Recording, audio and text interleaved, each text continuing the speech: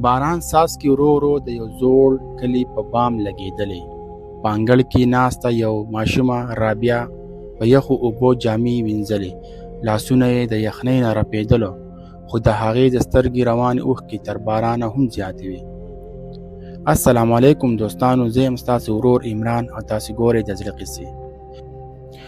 خلک وایي یتیم د الله تعالی امانت وي، خو هر څوک د دې امانت قدر نه کوي. دا د رابعې کیسه ده، هغه جنۍ چې د خپل د ژوند تر ټولو ښکلي کلونه یې د نورو په غلامۍ کې تیر کړي وو. هغه بیا هم د هیڅکله د الله نه ګیله نه وه کړې. رابعه لا ماشومه وه چې د هغې مور او پلار د دې دنیا نه تللي وو. هغه ورځ د هغې د ژوند تر ټولو لویه تیاره ورځ وه. هغې فکر کاوه چې مشر ورور عرفان به یې د پلار ځای ونیسي، خو قسمت بل څه لیکلي وو. عرفان که هر څومره بد انسان نه و، هغه ډېر کمزوری شخصیت لرلو. هغه د خپلې ښځې رخسانې د لاسه ډېر مجبوره و. رابعه د هغې ورځې نه وروسته د خپل ورور کور ته راغله، خو د خور په توګه نه، د یو نوکرې په شان. لا اذان به هم نه و شوی چې رخسانې به په لوی غږ نارې کړې: رابعه، لا دې اور نه دی بل کړی، ته به هر وخت ناوخته پاسې. رابعه سمدستي د خپل زوړ کمبله پورته شوه. هو بیبي جان، اوس به یې وکم. هغې په منډه اور بل کړو، اوبه یې راوړې، کور یې جارو کړو، لوښي یې وینځل او د کور ټول کارونه به یې ترلاسه کړو. خو بیا هم رخسانه خوشحاله نه وه. دا ډوډۍ دې هم سمه پخه نه کړه، ته هېڅ کار نه شې کولی. رابعې سر ښکته کړو: بخښنه غواړم. غرمه شوه، د کور ټولو غرمې روټۍ وخوړه. رابعې ته یې یوازې وچ ډوډۍ او یو پیالۍ اوبه ورکړې. هغې هېڅ شکایت ونه کړو. په زړه کې یوازې دومره وویل: یا الله، ته مې بس یې.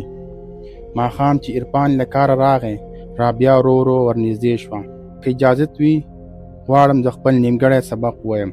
عرفان لا څه ویلی نه و، رخسانه پرې خبر شوه. زر کړه، څوک به د کور دا کار کوي؟ که دومره د شوق یې، نو د خپل کور پیدا کړه. رابعه نور څه ونه ویل. هغه پوهېدله چې دلته څوک زما خبره نه اوري. هغه شپه رابعه د کور کوټې ته وخته، اسمان ته یې کتل، سترګې د اوښکو ډکې وې. یا الله، زه له تا بل څوک نه لرم. که زما قسمت هم داسې وي، زه پرې راضي یم، خو زما عزت وساتئ. هغې شپې نه وروسته چې رابعه له اوښکو ډک سترګې اسمان ته پورته کړې وې، هغه نه پوهېده چې د ژوند تر ټولو سخت امتحان لا راتلونکی پاتې دی. سهار لا نور نه و راختلی چې رخسانې بیا په لوی غږ نارې کړې: رابعه، تر اوسه اوده یې؟ میلمانو راځي، کارونه کول غواړي. رابعه سمدستي خپل زوړ څادر په خپل اوږه واچولو او د کور کارونه یې شروع کړو. کور یې جارو کړو، انګړ یې صفا کړو، چای یې تیار کړې او کچن ته روانه شوه. د ستړیا یې خپې رپېدلې، خو په خوله یې شکایت نه کولو. هغه ورځ د غرمې له لمونځه وروسته د کلي یوه ښځه شکیله خاله د رخسانې کور ته راغله. رخسانې په خندا هرکلی وکړو: راځه شکیلې خالې، ستا انتظار و. رابعې چای راوړې، کېناستل یې غوښتل، خو رخسانې ورته وویل: ته لاړه شه، دلته ستا کار نشته. رابعه ورو ورو بهر وتله، خو زړه یې بې سببه درزېدلو. کله چې هغه لرې شوه، رخسانې په پټه غږ وویل: خاله، نور مې حوصله ختمه شوه. دا جنۍ هره ورځ زما په اوږو بوج دی. شکیلې خاله له موسکۍ شوه: که غواړې لا داسې شته چې د دې غمه دې خلاصه کړم، هم به دې ژوند ازاد شي، هم به ډېرې پیسې درکړي. د رخسانې سترګې راووتې: زر وایه، په ښار کې یو مالداره سړی دی، میا جمیل، عمر یې ډېر شوی دی، ناروغه هم دی، خپلوان یې یوازې د جیداد په تمه دي.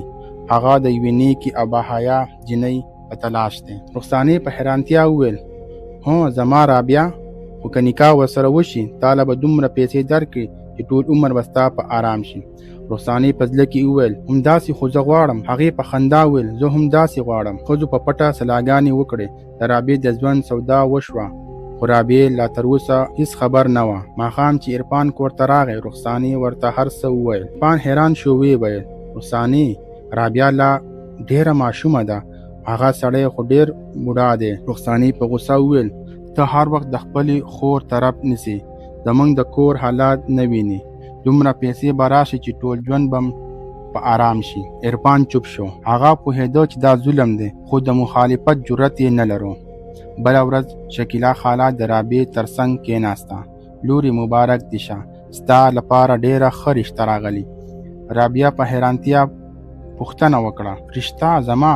رابعه خاله، ډېر شتمن باعزته نیک سړی دی. رابعه رو وویل خو زه لا واده ته تیاره نه یم، زه غواړم خپل سبق پوره کړم. همدغه وخت رخسانې په سخت غږ وویل بس ډېرې خبرې مه کوه، همدغه ستا قسمت دی. رابعه د خپل ورور خواته کېناسته. هغه وویل چې عرفان به زما طرف وکړي، خو عرفان یوازې خپل سر ښکته کړی و. هغه شپه چې د رابعې زړه مات شو، هغه پوهه شوه چې اوس یې په دنیا کې څوک هم نشته. هغه ورځ چې د هرې جنۍ د ارمان وي، د خوشحالۍ ورځ وي، خو د رابعې دپاره د ژوند تر ټولو دردناکه ورځ وه. د کور په انګړ کې څو ښځې ناستې وې، د رابعې لاسونه یې سره کول، خو د هغې سترګې د اوښکو ډکې وې. هغه غوښتل چې د خپل ورور سره خبرې وکړي، خو عرفان ته سترګې اړولې. رابعې په زړه کې وویل وروره که ته زما تر څنګ نه یې، زه به د چا دروازې ټکومه.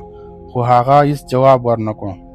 د ماښام لمونځ نه وروسته د میاجي موټر د کور مخې ته ودرېدو. د کلي خلک ټول راټول شو. یو سپین ږیری 80 کلن سړی په ډېر مشکل د موټر نه راکوز شو، او په یو لاس کې امسا وه او بل کې نوکرانو نیولی و. خلکو ورو ورو خبرې کولې. غریبه جینۍ، دا خو د خپل نیکه عمر سړی دی، یوازې د پیسو لپاره یې ژوند خراب شو. رابعې د ټولو خبرې اورېدلې، خو څه یې نشو کولی. هغه پوهېدل چې اوس د قسمت پریکړه ده. قاضي صاحب د نکاح کاغذونه راوایستل. هغه 3 ځل اواز پورته کړو. رابعې لورې دا نکاح دې قبول دی؟ رابعې لږې ښه شېبه خپلې اوښکې پاکې کړې. هغې اسمان ته وکتل، بیا یې ورو وویل قبوله ده. هغه یوې جملې داسې احساس وکړ لکه ټول ژوند یې چې بدل شي. رخسانه په زړه کې خوشحاله وه.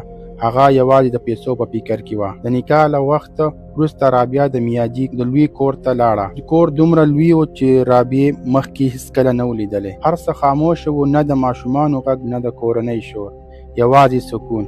یو زوړ خادم رابعه خپلې کوټې ته بوتله. لورې دلته کښېنه. رابعه په خاموشۍ ناسته وه. هغې فکر وکړ چې اوس به یې ژوند نور هم سخت شي. څه وخت وروسته د کوټې دروازه خلاصه شوه. میاجي دننه راغی. رابعه په یره پورته شوه، خو د میاجي لومړۍ خبره د هغې د تصور خلاف وه. هغې په نرم غږ وویل لورې مه یریږه. رابعه حیرانه شوه. میاجي په کرسۍ سیټ ته کېناستو. زه پوهېږم چې ستا زړه مات دی. زه پوهېږم چې دا نکاح ستا د خوښې نه دی، او زه دا هم پوهېږم چې ستا خپلوان د پیسو لپاره پریکړه وکړه. رابعه ورته حیران کتل. هغې ورو وویل نو بیا ولې؟ میاجي لنډه ساه واخیستله. ځکه چې ما ستا په مخ کې د خپلې لورې سترګې لیدلې. رابعه حیرانه شوه. ستا لور؟ میاجي سترګې د اوښکې ډکې شوې. څو کلونو مخکې زما یوه وړه لور وه.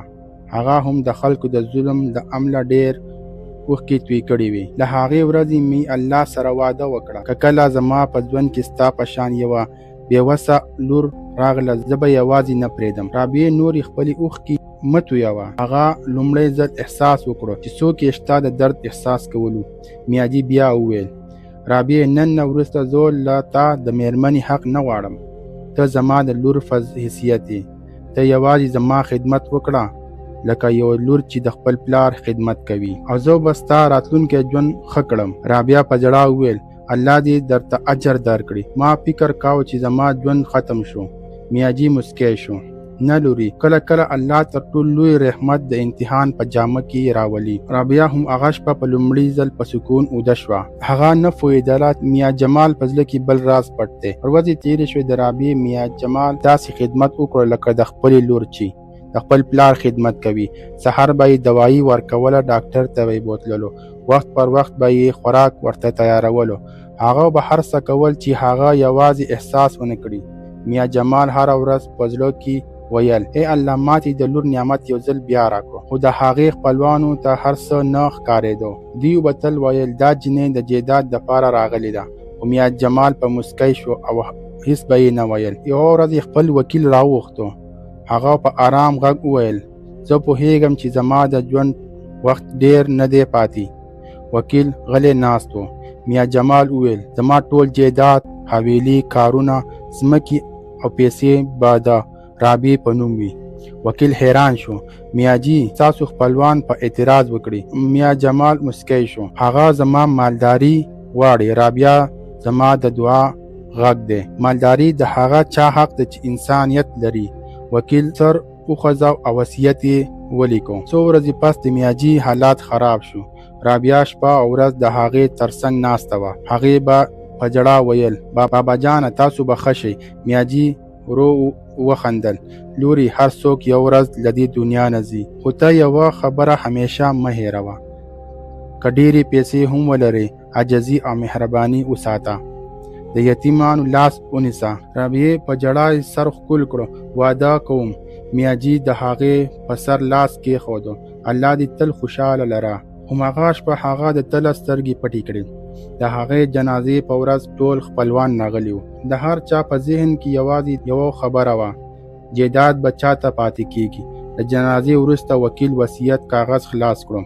ټول خاموش شو. وکیل په لوی غږ وویلو، میا جمال د وصیت له مخې د هغه ټول شتمني، حویلي، کاروبار او پیسې د رابعې په نوم دي. یو دم په مجلس کې شور جوړ شو. رخسانه په غوسه چغې کړې، دا نشي کېدی، دا زموږ حق دی. وکیل په آرام غږ وویل، دا د مرحوم وروستنۍ پریکړه ده، هیڅوک یې بدلولی نشي. ټول خاموشه شو. څو ورځې وروسته رابعې د میا جمال ټول کاروبارونه په امانت سره مخکې بوتلو. هغه مالداره شوه خو غرور یې ونه کړو. لومړی د یتیمانو لپاره لوی کور جوړ کړو، بیا یې د خلکو لپاره هسپتال جوړ کړو. خلکو به ویل رابعه یوازې مالداره نه ده، هغه لوی زړه خاونده ده. بل خوا رخسانه او عرفان د لالچ له امله هر څه د لاس نه ورکړو. عرفان په یو لوی سوداګرۍ کې خپل ټول پیسې ولګولې. کور یې خرڅ. رخسانه د خپل موټر له شیشې بهر کتلو. هغه یو بوډۍ ښځه ولیده چې د سړک په غاړه ناسته وه. کله چې هغه ورنږدې شوه حیرانه شوه. هغه رخسانه وه. جامې یې شلېدلې وې، سترګې یې له ژړا سرې وې. رابعه راکوز شوه. بیبي جان. رخسانه سر پورته کړو. رابعه یې وپېژندله. په ژړا یې وویل، رابعې ما وبخه، ما ستا سره ډېر ظلم کړی، د پیسو لالچ ړنده کړی ومه. رابعې څو شېبې غلې ودرېده.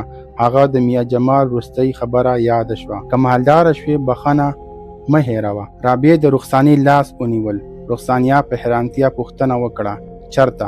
رابعې په نرم غږ وویل، کور ته. دا ځل به ته یوازې نه یې.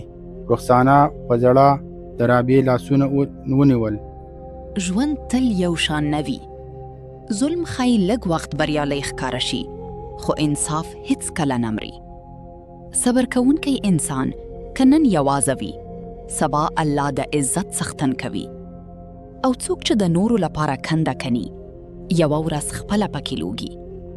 که دا قیسه مو خوښه شوه نو ویډیو لایک، له خپلو ملګرو سره یې شریکه او زموږ چینل سبسکرایب کړئ